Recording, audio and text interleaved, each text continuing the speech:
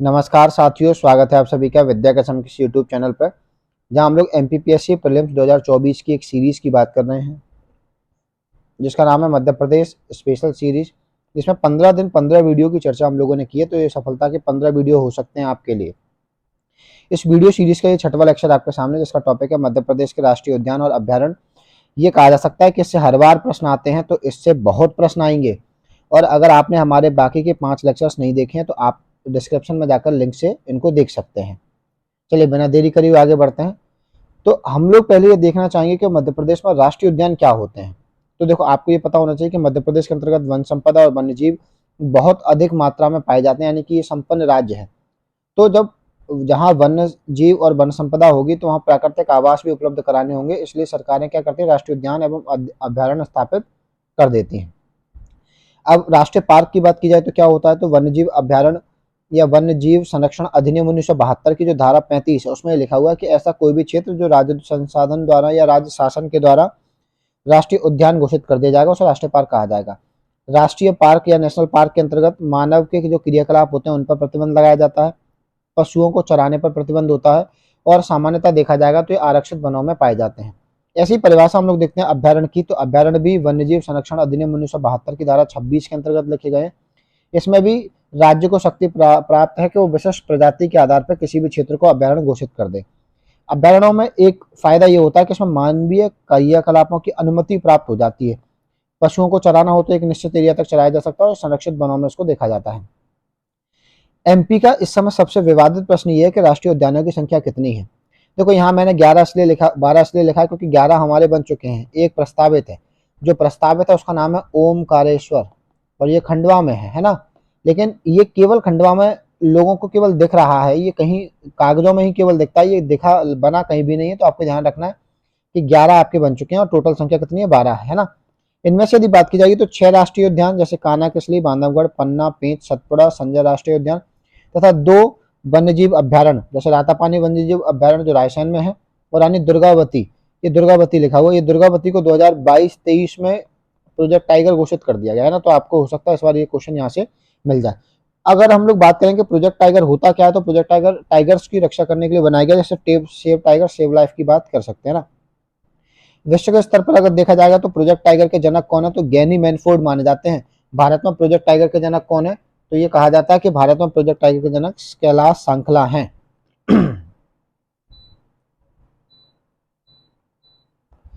आगे बढ़ते हैं हम लोग। ये मैप है, इसमें एक बार आपको आउटलाइन में देख लेना है कि कहाँ कौन सा राष्ट्रीय उद्यान पड़ रहा है ना। केवल ये आउटलाइंस के लिए है ना, बाकी सारे फैक्ट मैं यहाँ कवर कर रहा हूँ। हमारा सबसे पहला जो राष्ट्रीय उद्यान है वो कान्हा किसली राष्ट्रीय उद्यान। ये कहाँ पड़ता है, मंडला और बालाघाट में पड़ता है। ये मध्य प्रदेश का पहला राष्ट्रीय उद्यान माना जाता है। क्षेत्रफल की दृष्टि से भी ये मध्य प्रदेश का सबसे बड़ा राष्ट्रीय उद्यान है। इसका क्षेत्रफल है 940 वर्ग किलोमीटर। 1933 में इसको अभय वन घोषित किया गया, 1952 में इसको वन्यजीव अभयारण्य कहा गया, 1955 में इसको राष्ट्रीय उद्यान, तथा 1974 में इसे क्या कहा गया, प्रोजेक्ट टाइगर में शामिल किया गया। इसमें 2 नदियां बहती है, एक का नाम है बंजर और दूसरी का नाम है हालो। ये क्वेश्चन बहुत पूछा जाता है कि बंजर और हालो नदियां कहाँ है। विश्व बैंक की सहायता से इसमें क्या है, पार्क इंटरप्रिटेशन योजना चल रही है। इसमें पन्ना, बांधवगढ़ और कान्हा किसली राष्ट्रीय उद्यान के मध्य क्या चलाया जाएगा, जंगल गलियारा बनाया जाएगा, जिससे जो जानवर है वो आपस में एक दूसरे से कनेक्ट होकर इधर उधर जा सकते हैं ना। मध्य प्रदेश का पहला राष्ट्रीय उद्यान जहाँ हवाई पट्टी की सुविधा प्रदान की गई है वो कौन सा है, तो कान्हा किसली राष्ट्रीय उद्यान है। कान्हा किसली राष्ट्रीय उद्यान में ही ब्रेडरी प्रजाति का बारहसिंगा पाया जाता है। ये हमने हमारे राजकीय प्रतीक चिन्हों में पढ़ा था। आपको यदि इसके बारे में और सही से जानकारी लेनी तो हमारे प्रतीक चिन्ह पढ़ सकते हैं ना। तो ये केवल इसी में पाया जाता है, कान्हा किसली में। इसके अंतर्गत बाघ, चीतल, बारहसिंगा, ब्रेडरी प्रजाति का, नीलगाय, सांवर आदि वन्यजीव इसमें पाए जाते हैं ना। इसकी और बात की जाएगी तो सर्वाधिक मात्रा में यदि मध्य प्रदेश में बाघ पूछे जाए आपसे कि मध्य प्रदेश में सर्वाधिक मात्रा में बाघ कहाँ पाए जाते हैं, तो सर्वाधिक मात्रा में बाघ कान्हा किसली में पाए जाते हैं। मध्य प्रदेश का मध्य प्रदेश का जो कान्हा किसली है ये भारत का एकमात्र राष्ट्रीय उद्यान है जिसके पास शुभंकर है। शुभंकर यानी मैस्कोट, यानी कि एक चिन्ह इसका बना हुआ है। उसका नाम है भूर सिंह द बारहसिंगा, क्योंकि बारहसिंगा इसकी पहचान है। इसका डिजाइन किसने किया, तो रोहन चक्रवर्ती ने। कब बनाया, तो 2017 में इसको डिजाइन किया गया। इसी में एक उद्यान के अंतर्गत एक भूर सिंह प्ले स्कूल खुल रहा है। इसकी संभावना है, अभी खुला नहीं है, प्रस्तावित है ना।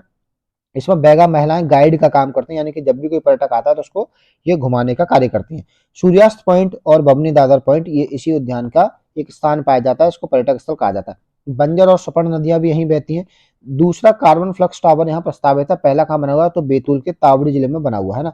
तेलंगाना की एक संस्था जिसका नाम लेकॉन्स है, ये इसने 2019 में एक रिपोर्ट जारी की और कहा कि कानाकसली के बाघों के शरीर में मेटाबोलाइट्स एक केमिकल होता है, वो बढ़ रहा है, जिससे क्या होता है, ये अत्यधिक तनाव महसूस करते हैं और धीरे धीरे इनकी उम्र में वृद्धि होती जा रही है। अगला देखते हैं हम लोग, माधव राष्ट्रीय उद्यान शिवपुरी में है ये। 1958 में से राष्ट्रीय उद्यान का दर्जा दिया गया। इसका क्षेत्रफल 375.230 वर्ग किलोमीटर है। ये कहाँ स्थित है, तो ये NH-46 पर स्थित है। आपको याद रखना है, जिस जहाँ कहीं भी हाईवेज का नंबर आ जाए तो आपको ये याद रखना है। ग्वालियर के जो महाराजा थे माधवराव सिंधिया ने 1918 में मनिहार नदी पर एक बांध बनवाया और इसी बांध को आगे जाके क्या कहा जाने लगा, सांक सागर, जादव सागर या माधव सागर झील कहा जाने लगा, है ना। इसी पहाड़ी की चोटी पर एक जॉर्ज कैसल भवन बना हुआ है। तो कभी आपसे पूछ ले कि जॉर्ज कैसल भवन कहाँ है, तो माधव राष्ट्रीय उद्यान शिवपुरी में है। ये जॉर्ज कैसल भवन का निर्माण जॉर्ज पंचम और मैडम मैरी के स्वागत के लिए 1911 में बनवाया गया था, लेकिन वो किसी कारणवश यहाँ पहुंच ही नहीं पाए, है ना। राष्ट्रीय उद्यान में मनिहार नदी बहती है, ये हमने ऊपर भी पढ़ लिया। सर्वाधिक तेंदुए तेंदुए यहीं पाए जाते हैं। बाघ कहाँ पाए जाते हैं, कानाकसली में, और तेंदुए माधव राष्ट्रीय उद्यान में ना। राष्ट्रीय उद्यान बनिए सघनता और पक्की सड़क के लिए जाना जाता है, क्योंकि इसमें जब भी आप घूमने जाओगे तो आपको इसमें चारों ओर ऐसे आपको दिख जाएगा कि यहाँ पक्की सड़कें बनी हुई हैं, है ना। सांक सागर झील जो है ये मगर सफारी के लिए भी जाने जाते हैं। यहाँ बहुत मात्रा में मगर पाया जाता है। आपको यदि कभी समय मिले तो शिवपुरी घूमकर जरूर आना है। अगला हमारा बांधवगढ़ राष्ट्रीय उद्यान। इसकी स्थापना 1968 में की गई। 1933 में इसको क्या बनाया गया, सॉरी 1993 में इसको क्या बनाया गया, पुरजर टाइगर बनाया गया। इसका क्षेत्रफल 437 वर्ग किलोमीटर है ना। इसको शिव पुराण में भी कहा जाता है, शिव पुराण है ये, प्राण नहीं है ना। ऐसा कहा जाता है कि शिव पुराण के अंतर्गत भी बांधवगढ़ का उल्लेख मिल गया और इसका संबंध भगवान लक्ष्मण से बताया जाता है। ये 32 पहाड़ियों से घिरा हुआ है, इसलिए इसको बांधवगढ़ कहा जाता है ना। बघेल राजा जो हुआ करते थे मध्य प्रदेश में, पहले वो यहाँ शिकार खेलने आता था, उनकी शिकार स्थली कही जाती है। सर्वाधिक मात्रा में बाघ घनत्व यहाँ पाया जाता है। प्रत्येक 8 किलोमीटर पर एक बाघ मिल जाता है ना। बाघों की संख्या यहाँ अधिक है ना, इसलिए इसको क्या कहा जाता है, इसकी तुलना राजस्थान का एक राष्ट्रीय उद्यान जिसका नाम है रणथंभौर, उससे की जाती है। बांधवगढ़ के अंतर्गत ही एक सफेद बाघ प्रसिद्ध रूप से आपको दिख जाता है ना। सफेद बाघों की भूमि भी किसको कहा जाएगा, तो बांधवगढ़ को कहा जाएगा। बांधवगढ़ में ही आप देखोगे तो एक बाघ है जिसका नाम है चार्जर बाघ। इसी चार्जर बाघ के नाम पर इसका क्या पॉइंट पड़ गया है, चार्जर पॉइंट, जो पर्यटक स्थल है ना। यहाँ ना विष्णु भगवान की लेटी हुई प्रतिमा हमको दिखती है। चरणगंगा नदी यहीं बहती है।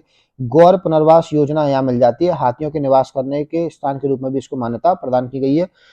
अच्छा, ये सीट नहीं है, ये सीता है। तो सीता एक बाघिन है जो बांधवगढ़ में पाई जाती थी। नेशनल ज्योग्राफी की जो मैगजीन बनती है उसके कवर पेज पर उसको दर्शाया गया ना। बांस की सर्वाधिक प्रजाति कहाँ मिलेगी आपको, तो बांधवगढ़ में मिल जाएगी। संस्कृत अभिलेख भी बांधवगढ़ में मिल जाएगा। बांधवगढ़ में inheritance and wild Madhya Pradesh, ये पुस्तक है ना बिट्टू सहगल ने लिखी थी। हालांकि अब ये पुस्तक पुरानी हो गई, लेकिन कभी भी आपसे पूछ ले कि बांधवगढ़ के ऊपर पुस्तक किसने लिखी है, तो बिट्टू सहगल ने। मध्य प्रदेश में 3 टाइगर सफारी पाई जाती है, बांधवगढ़, पेंच और कानाकसली, तो आपको याद रखना है। अगला देखते हैं। अगला हमारा पन्ना राष्ट्रीय उद्यान, ये पन्ना और छतरपुर में पाया जाता है। इसकी स्थापना 1981 में की गई। 1994-95 में इसको प्रोजेक्ट टाइगर घोषित कर दिया गया। इसका क्षेत्रफल लगभग 543 वर्ग किलोमीटर है। ये केन नदी के उत्तर दिशा में, या केन नदी इसके उत्तर दिशा में बहती है, यानी केन नदी के दक्षिण में ये बना हुआ है ना। ये राष्ट्रीय उद्यान है ना, आंवला उत्पादन के लिए फेमस है, रेप्टाइल पार्क के लिए फेमस है, जंगली भैंसा के संरक्षण के लिए फेमस है ना। एकमात्र राष्ट्रीय उद्यान है जहाँ खजुराहो से नियमित विमान सेवा चलती है ना। जंगली भैंसों की संख्या सर्वाधिक मात्रा में यदि कहीं देखोगे तो पन्ना मिल जाएगी। विश्व बैंक की सहायता से यहाँ क्या है, 25 अगस्त 2011 से तीसरे जलमंडल आधारित क्षेत्र की स्थापना की गई है। केन घड़ियाल वन्यजीव अभ्यारण्य और पांडव जलप्रपात, ये है ना इसी पन्ना राष्ट्रीय उद्यान के अंतर्गत पाए जाते हैं। ये राष्ट्रीय उद्यानों का रत्न कहा जाता है। चिंकारा सर्वाधिक मात्रा में यहीं पाया जाता है, और चिंकारे यदि यहाँ पाया जा रहा है तो उसकी तुलना राजस्थान के एक राष्ट्रीय उद्यान जिसका नाम सरिस्का है ना। तो सरिस्का राष्ट्रीय उद्यान से किसकी तुलना की जाती है, तो पन्ना राष्ट्रीय उद्यान की। गिद्ध पुनर्वास केंद्र भी यही है। एक हथनी है जो सबसे उम्रदराज हाथी है विश्व की, जिसका नाम क्या है, बत्सला है। तो बत्सला हथनी कहाँ पाई जाएगी, तो पन्ना में। केन-बेतवा लिंक परियोजना के कारण क्या हो गया, इसका 39 वर्ग किलोमीटर का क्षेत्र का डूब में आ गया है, और केन नदी को इसकी जीवन रेखा कहा जाता है। पन्ना रिजर्व को 2016-17 में ट्रिप एडवाइजर के द्वारा अवार्ड ऑफ एक्सीलेंस पुरस्कार दिया गया, क्योंकि ये सबसे ज्यादा अच्छा घूमने का स्थल बताया गया। अगला हमारा पेंच राष्ट्रीय उद्यान, जो सिवनी और छिंदवाड़ा में पाया जाता है। सिवनी और छिंदवाड़ा में ये बना हुआ है। इसको इंदिरा गांधी प्रियदर्शनी पार्क भी कहा जाता है। ये मध्य प्रदेश और महाराष्ट्र की सीमा पर स्थित है। 1975 में इसको अभ्यारण्य बनाया गया और 1983 में इसको राष्ट्रीय उद्यान घोषित कर दिया गया। सतपुड़ा की पर्वत श्रृंखला में दक्षिणी छोर पर ये बना हुआ है। ये राष्ट्रीय उद्यान 23 नवंबर 1992 को टाइगर रिजर्व घोषित कर दिया गया। विश्व के जो प्रसिद्ध लेखक है जिनका नाम रुडयार्ड किपलिंग है, आपने इसका नाम सुना होगा। इनकी एक पुस्तक आती है जिसका नाम है जंगल बुक, है ना। आप लोगों ने देखा होगा जंगल जंगल फूल फुलाए, फूल खिला है, या जंगल जंगल पता चला है, चड्डी पहन के फूल खिला है। यहाँ मोगली लैंड की स्थापना की गई। जो मोगली आप किताबों में पढ़ते हैं वो मोगली कहाँ पाया जाता होगा, तो पेंच राष्ट्रीय उद्यान, सिवनी और छिंदवाड़ा के जंगलों में पाया जाता होगा। अंतर्राष्ट्रीय जल विद्युत परियोजना पेंच नदी पर बने तोतला डोह बांध के कारण क्या हो गया, इसका कुछ हिस्सा जो है ना झील के रूप में बन गया। यहाँ कौन सी नदी पाई जाती है, तो हिर्री नदी पाई जाती है पेंच के अंतर्गत, है ना। पेंच में ही आप लोग देखेंगे तो अकबरनामा एक पुस्तक है, उस अकबरनामा में पेंच राष्ट्रीय उद्यान का उल्लेख मिलता है। नामकरण में 2 भागों में बांटा जाता है, पेंच नदी के नाम पर इसका नामकरण किया गया, है ना। मोगली लैंड का भी विकास यहीं किया गया। 2004 से लगातार यहाँ मोगली लैंड या मोगली उत्सव बनाया जा रहा है। कृष्ण मृगों की संख्या भी यहाँ पाई जाती है। यहाँ का सबसे चर्चित पहाड़ कौन सा है, तो ब्लैक पहाड़ी यानी काला पहाड़ है। एक बाघिन है जिसने अभी तक 19 शावकों को जन्म दिया, उसका नाम है कॉलर वाली बाघिन। ये आपको ध्यान रखना है कि कॉलर वाली बाघिन कहाँ पाई जाती है, तो पेंच राष्ट्रीय उद्यान में पाई जाती है। अगला राष्ट्रीय उद्यान है हमारा वन विहार राष्ट्रीय उद्यान, जो भोपाल में है। इसकी स्थापना 1979 में की गई थी। इसको राष्ट्रीय उद्यान का दर्जा 1983 में प्रदान किया गया। ये एकमात्र ऐसा राजकीय उद्यान है जो ISO 9001 और 2008 अवार्ड से सम्मानित है। ये एक सर्टिफिकेट होता है जो आपको मिल जाता है ना।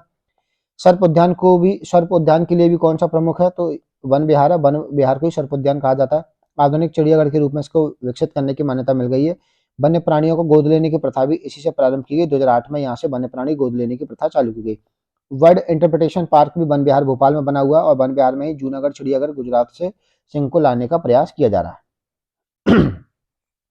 अगला है हमारा जीवाश्म फॉसिल कह लीजिए, घुघुआ कह लीजिए, जो डिंडोरी में पाया जाता है। इसकी स्थापना 1968 में की गई। इसको राष्ट्रीय उद्यान का दर्जा 1983 में मिला। ये बहुत छोटा है, 0.27 किलोमीटर में फैला हुआ है ना। क्षेत्रफल की दृष्टि से मध्य प्रदेश का सबसे छोटा राष्ट्रीय उद्यान यही है। ये प्रदेश का पहला जीवाश्म उद्यान है। कान्हा और बांधवगढ़ से जो आपको उद्यान मिल रहा है, यहीं कुछ वनस्पतियों के अवशेष यहाँ मिल जाते हैं जो यहाँ रखे जाते हैं। पहला जीवाश्म राष्ट्रीय उद्यान बनाया गया क्योंकि यहाँ क्या है, भूतल जीवाश्म के और नीलगिरी जीवाश्म के कई सारे चिन्ह हमको मिल जाते हैं। भारत के 4 प्रमुख और देश का पहला जीवाश्म उद्यानों में इसको कहा जाता है। भारत में जीवाश्म अध्ययन का पिता किसको कहा जाता है, अशोक साहनी को। स्टार लगा लीजिए, आपसे पूछा सकता है जीवाश्म अध्ययन का पिता कौन है भारत में, तो अशोक साहनी है ना। अगला देखते हैं हम लोग सतपुड़ा राष्ट्रीय उद्यान, जो होशंगाबाद में पाया जाता है। 1981 में इसका गठन किया गया या स्थापना की गई। 1999 और 2000 में इसको प्रोजेक्ट टाइगर का दर्जा दिया गया। ये 5वें क्रम का प्रोजेक्ट टाइगर है ना। इसी के अंतर्गत सबसे ऊंची चोटी धूपगढ़ 1350 मीटर यहीं स्थित है। पूरे मध्य प्रदेश में एकमात्र टाइगर रिजर्व है जहाँ काला हिरण पाया जाता है। आपको स्टार लगाना, ब्लैक बक, इसको काला हिरण कहा जाता है। विशेष आकर्षण का बिंदु माना जाता है ना। इंडियन बाइसन यानी जिसे गौर कहा जाता है, ये गौर पशु भी कहा जाएगा, सतपुड़ा में पाया जाएगा। मड़ई, ये पर्यटन स्थल है, इस पर स्टार लगा लो। मड़ई नामक पर्यटन स्थल कहाँ पाया जाता है, तो होशंगाबाद सतपुड़ा राष्ट्रीय उद्यान में पाया जाता है। यहाँ एक नदी बहती है जिसका नाम देनवा है, और पचमढ़ी बायोस्फीयर रिजर्व का भी हिस्सा कौन सा है, सतपुड़ा राष्ट्रीय उद्यान माना जाता है ना। संजय डोगरी राष्ट्रीय उद्यान की बात कर लेते हैं, जो सीधी में है। इसकी स्थापना 1981 में की गई थी। ये आगे चल के इसका कुछ भाग है ना किस में दिखाई देता है, शेड्यूल में भी दिखाई देता है। लेकिन कुछ समय के बाद ये कहाँ चला गया, छत्तीसगढ़ में शामिल हो गया। अविभाजित मध्य प्रदेश की यदि बात की जाए तो इसका क्षेत्रफल 1938 वर्ग किलोमीटर था, जो सबसे बड़ा क्षेत्रफल का राष्ट्रीय उद्यान माना जाता था। लेकिन विभाजन के पश्चात ये भारत में या मध्य प्रदेश में कितना रह गया, 466.7 किलोमीटर रह गया है ना। अगर छत्तीसगढ़ की बात की जाएगी तो इसको गुरु घासीदास राष्ट्रीय उद्यान के नाम से भी जाना जाता है। 2008 में इसको प्रोजेक्ट टाइगर घोषित किया गया। 6वां प्रोजेक्ट टाइगर बनाया गया हमारे, है ना। इसमें सोन, गोपद, बनास नदियां बहती हैं। 80% में इसमें साल के वन पाए जाते हैं तथा 20% में मिश्रित वन पाए जाते हैं ना। जो रीवा के राजा थे जिनका नाम था मार्तंड सिंह, इन्होंने क्या किया, मोहन नामक पहला सफेद बाघ पकड़ा था, जो शिकार करने कहाँ आए थे, संजय डोगरी में आए थे ना। कन्हैया जलप्रपात और रामदहा कुंड कहाँ मिलता है, संजय डोगरी सीधी में मिलता है। प्रथम वाइल्ड एलिफेंट हैबिटेट बनाने का काम कहाँ किया जा रहा है, तो संजय डोगरी राष्ट्रीय उद्यान सीधी में किया जा रहा है। अगला कुछ छोटे छोटे राष्ट्रीय उद्यान, डायनासोर जीवाश्म उद्यान, ये धार में है। ये प्रदेश का दूसरा है, पहला आपने देख लिया पीछे। इसकी स्थापना 2010 में की गई। यहाँ डायनासोर के अंडे का जीवाश्म रखा गया। जुरासिक पार्क की तर्ज पर इसको उकेरा जाएगा। जोबट नदियां पाई जाती है। हमने जिसकी बात की थी जो प्रस्तावित है वो ओमकारेश्वर है, जो खंडवा में है। हालांकि ये 2004 से प्रस्तावित है लेकिन अभी तक बनाया नहीं गया है। आगे देख लेते हैं हम लोग अगला राष्ट्रीय उद्यान, जिसका नाम है कूलो पानपुर राष्ट्रीय उद्यान। इसका नाम श्योपुर है। ये श्योपुर में बना हुआ है ना। आपको इसको याद रखना क्योंकि मोदी जी के बर्थडे पर यहाँ क्या लाया गया था, चीते लाए गए थे। 1981 से 2018 तक ये एक अभ्यारण्य के रूप में रहा। 14 दिसंबर 2018 को इसको एक क्या घोषित कर दिया गया, राष्ट्रीय उद्यान घोषित किया गया। एशियाई शेरों के साथ साथ यहाँ ना अफ्रीकन चीते भी बसाने की योजना की गई। इसका क्षेत्रफल 748.700 वर्ग किलोमीटर है। अफ्रीकन चीते यहाँ लाए कब गए, तो 17 दिसंबर 2022 को अफ्रीका महाद्वीप में एक देश पड़ता है जिसका नाम है नामीबिया। वहाँ से 8 चीते लाए गए और देश की पहली चीता सफारी कहाँ से चालू की गई? श्योपुर के सेसई से प्रारंभ की गई। ये श्योपुर आप लोग सही कर लीजिएगा, ये यहाँ गलत लिखा है स्पेलिंग, है ना। तो आपको याद रखना है कि कहाँ से प्रारंभ की गई? श्योपुर के सेसई से प्रारंभ की गई। अब एक बार से फिर आप देख लीजिए कि ये माधव बना हुआ है, ये पन्ना है, ये संजय है, ये बांधवगढ़ है, ये जीवाश्म राष्ट्रीय उद्यान है, ये कान्हा-किसली राष्ट्रीय उद्यान है, ये आपको ध्यान रखना है ना। इसके बाद ये पेंच है, ये सतपुड़ा है, ओमकारेश्वर, डायनासोर वन विहार। आपको ये इसलिए याद रखना है क्योंकि आप इनको मैप में एक बार देख लेंगे तो आपको याद बने रहेंगे ना। अब हम लोग चलते हैं अगले हिस्से पर, जो है मध्य प्रदेश के प्रमुख अभ्यारण्य। इनकी संख्या आपको ज़्यादा ज़रूर दिखाई दे रही होगी, लेकिन आपको बहुत कम-कम चीज़ें इसमें याद रखनी है क्योंकि हम लोग क्या करते हैं, अनावश्यक डाटा इकट्ठा कर लेते हैं। सरदारपुर अभ्यारण्य कहाँ बना है? धार में है। 1983 में इसकी स्थापना की गई। सरदारपुर में खरमोर पक्षी का संरक्षण किया जाता है। 2005 से यहाँ दूधराज, खड़, तीतर, सुल्ताना बुलबुल भी यहाँ पाए जाते हैं। उत्तर और पूर्व में सतपुड़ा पार्क यहाँ फैला हुआ है। पश्चिम में तवा नदी बहती है ना। सैलाना कहाँ पड़ता है? तो सैलाना रतलाम में पड़ता है। 1983 में स्थापित किया गया। यहाँ भी खरमोर और दूधराज पक्षी, सुल्ताना, शाहबुलबुल, खड़, तीतर आदि का संरक्षण किया जाता है। केरल के एक प्रसिद्ध पक्षी वैज्ञानिक थे जिनका नाम था सलीम अली। ये पक्षी विज्ञान के बहुत बड़े वैज्ञानिक माने जाते हैं, इनकी पुस्तकें आती हैं।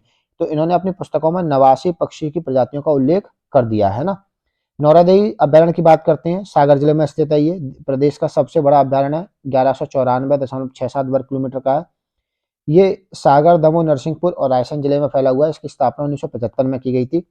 इसका मुख्यालय यदि बात की जाएगी तो सागर में मुख्यालय है, क्योंकि ये 1, 2, 3, 4 जिलों में फैला हुआ है, इसलिए इसका मुख्यालय हम लोगों ने यहाँ लिख दिया कि सागर में। इसलिए कभी आंसर आएगा तो इसका आंसर क्या बनेगा? सागर बनेगा। पहले ऐसा माना जाता था कि अफ्रीकी जो चीते लाए जा रहे हैं वो नौरादेवी में बसाए जाएंगे, लेकिन इसके स्थान पर अब कहाँ गए? कूनो पालपुर में चले गए, है ना। यहाँ कान्हा से बाघ लाया गया। गिर से शेर लाने की योजना 2018 से लगातार प्रस्तावित है, लेकिन अभी तक ये कार्य हो नहीं पाया, है ना। बामनेर नदी मगरमच्छों और उदबलाओं के लिए घर है। ये बामनेर नदी कहाँ पाई जाती है? तो ये सागर में नौरादेवी में पाई जाती है। क्रोकोडाइल पॉइंट और चेवला झील कहाँ पाई जाएगी? तो नौरादेवी सागर अभ्यारण्य में पाई जाएगी, है ना।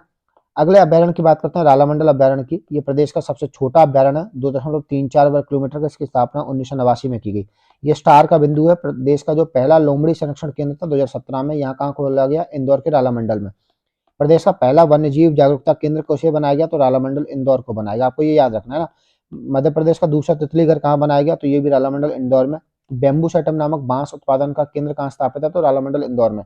चलिए मुझे कमेंट करके ये बता दीजिए कि प्रथम तितली घर भारत में कहाँ बना था। आप कमेंट करके मुझे बता दीजिए कि आप कितना गूगल सर्च कर पाते हैं ना। अगला देखते हैं हम लोग। अगला हमारा करेरा अभ्यारण्य जो शिवपुरी में बना हुआ है, 1981 में बनाया गया। सोन चिरैया के लिए माना जाता है। दूसरा हमारा घाटी गांव अभ्यारण्य जो 1981 में बनाया गया। ये भी सोन चिरैया और शाहबुलबुल दूधराज के लिए संरक्षण प्रदान किया गया है इसको। चंबल अभ्यारण्य जो मुरैना में है, 1977-78 में बनाया गया। सबसे बड़ा घड़ियाल संरक्षण अभियान कहाँ है? ये अभ्यारण्य कहाँ खुला हुआ है? तो चंबल में, मुरैना पर है। इसमें मुरैना, भिंड, धौलपुर मध्य प्रदेश, मुरैना, भिंड ये दोनों मध्य प्रदेश का हिस्सा है। धौलपुर में ये राजस्थान में धौलपुर को कवर करता है। उत्तर प्रदेश में टाबा को कवर करता है ना। केन अभ्यारण्य कहाँ बना हुआ है? छतरपुर में। ये 1981 में बनाया गया। छतरपुर और पन्ना दो जिलों में इसका विस्तार पाया जाता है। 2017 से यहाँ गिद्धों का संरक्षण भी किया जा रहा है ना। सोन घड़ियाल अभ्यारण्य कहाँ है? सीधी शहडोल में है। 1981 में इसकी स्थापना की गई थी। शहडोल, सीधी, सिंगरौली और सतना 4 जिलों में ये पाया जाता है। इसके संरक्षित पशु कौन कौन से हैं यहाँ? तो घड़ियाल मिल जाएगा, कछुआ, मगरमच्छ मिल जाएगा। कछुए की सबसे पुरानी प्रजाति कहाँ पाई जाएगी? तो मध्य प्रदेश में सोन घड़ियाल अभ्यारण्य सीधी शहडोल में पाई जाएगी। अगला है सिंगोरी अभ्यारण्य। ये रायसेन में पाया जाता है। 1976 में इसको अब्दुल्लागंज रायसेन में इसकी स्थापना की गई। यहाँ बाघ, तेंदुआ और चीतल का संरक्षण किया जाता है। बरैनो बांध अगर कभी पूछा जाएगा तो ये सिंगोरी अभ्यारण्य रायसेन में ही पाया जाता है। अगला है रातापानी अभ्यारण्य जो रायसेन में 1976 में इसकी स्थापना की गई। एकमात्र अभ्यारण्य जो tiger reserve project tiger reserve में शामिल है। 2013 में इसको शामिल किया गया। बेतवा नदी इसमें से प्रभावित होती है। विश्व धरोहर स्थल है भीमबेटका। इसके चित्र या इसकी जो थीम है, इससे इसका लोगो तैयार किया जाना है ना। संजय डोबरी अभ्यारण्य कहाँ है? सीधी में स्थापित है। 1975 में इसका स्थापना कर दी गई थी। अगला है बोरी वन्यजीव अभ्यारण्य। इस पर स्टार लगा ली, इस साल इससे क्वेश्चन बनने की संभावना है। सतपुड़ा के जो घने जंगल है उसमें बोरी वन्यजीव अभ्यारण्य स्थापित किया गया। 1865 में इसको वन्यजीव का दर्जा दे दिया गया था, लेकिन है ना स्वतंत्र भारत में 1975 में इसको स्थापित किया गया सही ढंग से कागजों के अंतर्गत। इसका क्षेत्रफल अगर बात करोगे तो 485.715 वर्ग किलोमीटर माना जाएगा। इसमें शुष्क पर्णपाती वृक्ष पाए जाते हैं और बांस के जंगल भी बहुत पाए जाते हैं ना। भारत के सबसे पुराने जंगल यहाँ ही पाए जाते हैं, होशंगाबाद के अंदर। ओरछा ये निवाड़ी में पाया जाता है। पहले ये टीकमगढ़ का हिस्सा था। 2018 में जैसे ही इसका विभाजन हुआ तो ये निवाड़ी में स्थापित हो गया। प्रथम गौ अभ्यारण्य की हम लोग बात करेंगे तो ये आगरमालवा में पाया जाता है। आगर मालवा की एक तहसील है सुसनेर तहसील, यहाँ का गांव है सालरिया।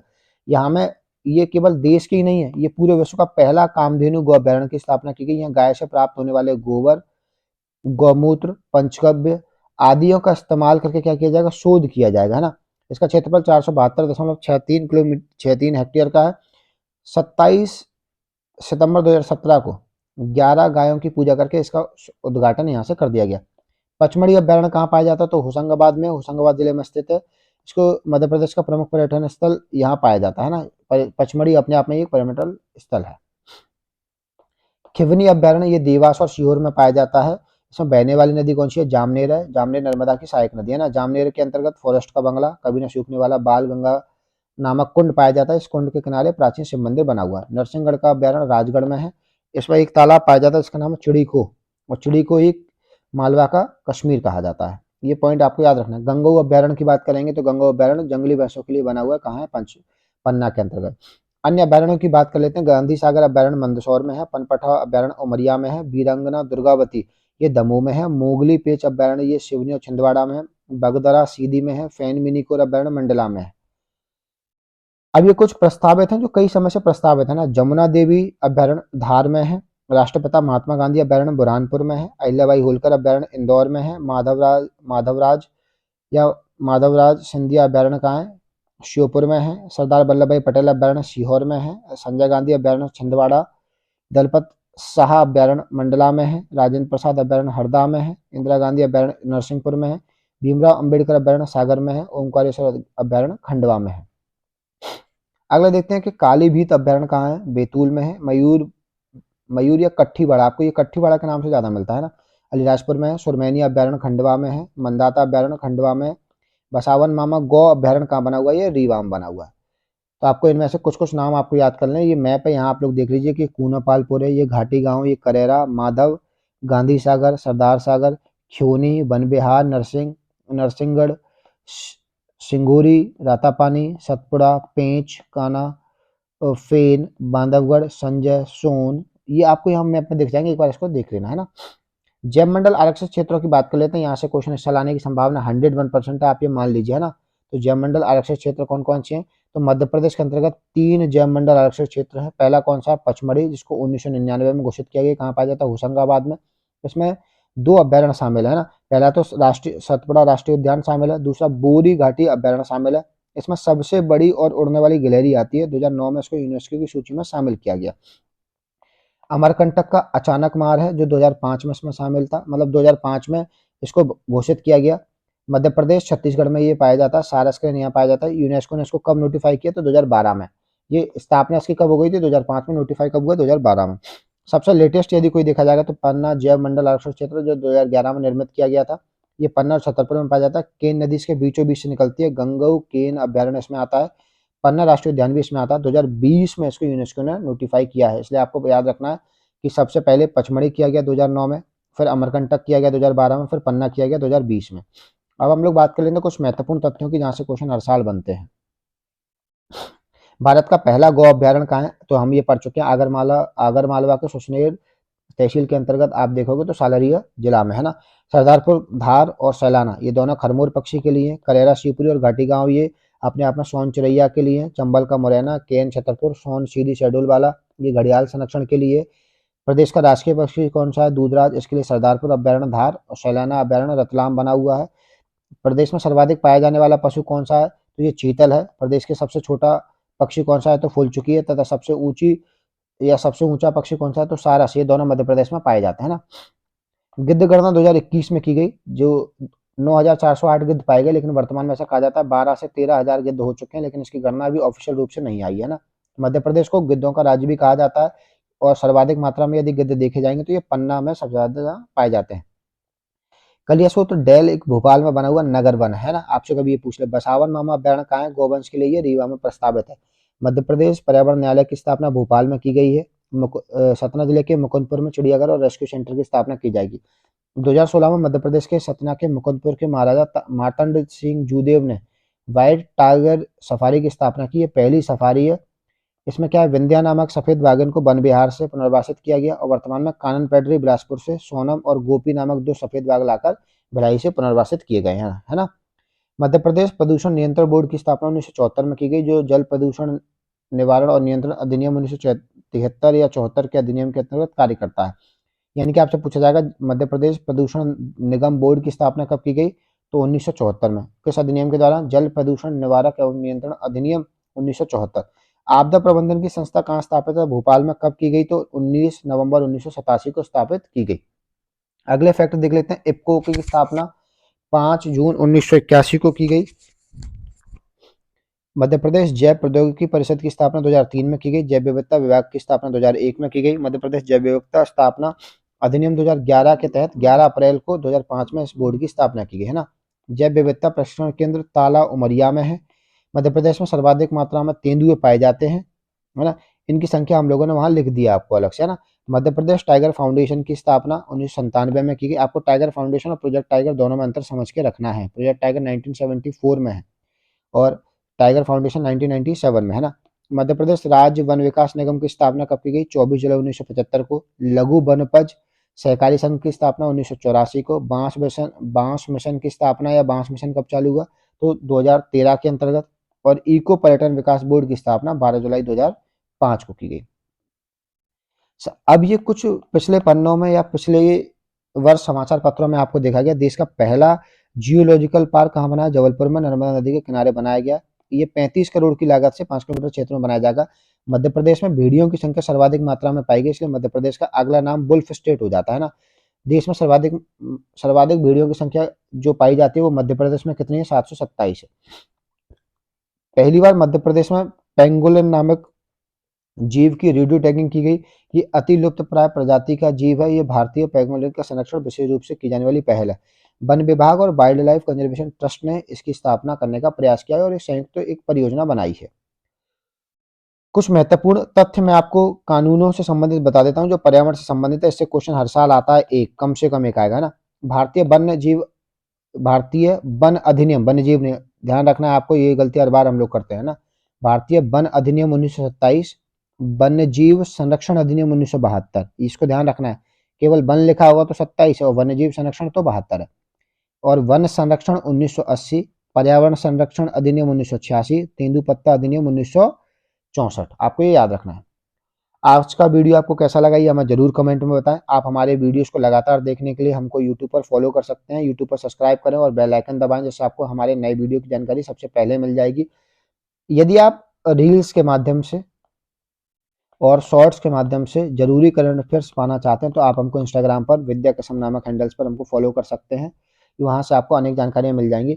यदि आप आज के लेक्चर को पीडीएफ फॉर्मेट में चाहते हैं या फिर आने वाली एमपीपीएससी के स्पेशल नोट्स चाहते हो 2024 का अपडेटेड करंट अफेयर्स या कंटेंट पाते हो न्यू सिलेबस के अनुसार, तो आपको ध्यान रखना है हमको टेलीग्राम चैनल पर ज्वाइन करना जिसका नाम है विद्या कसम एजुकेशन। अगर आपके पास टेलीग्राम चैनल नहीं मिल रहा हो तो एक बार गूगल पे आप या टेलीग्राम पर आप सर्च कर लीजिए विद्या कसम एजुकेशन चैनल।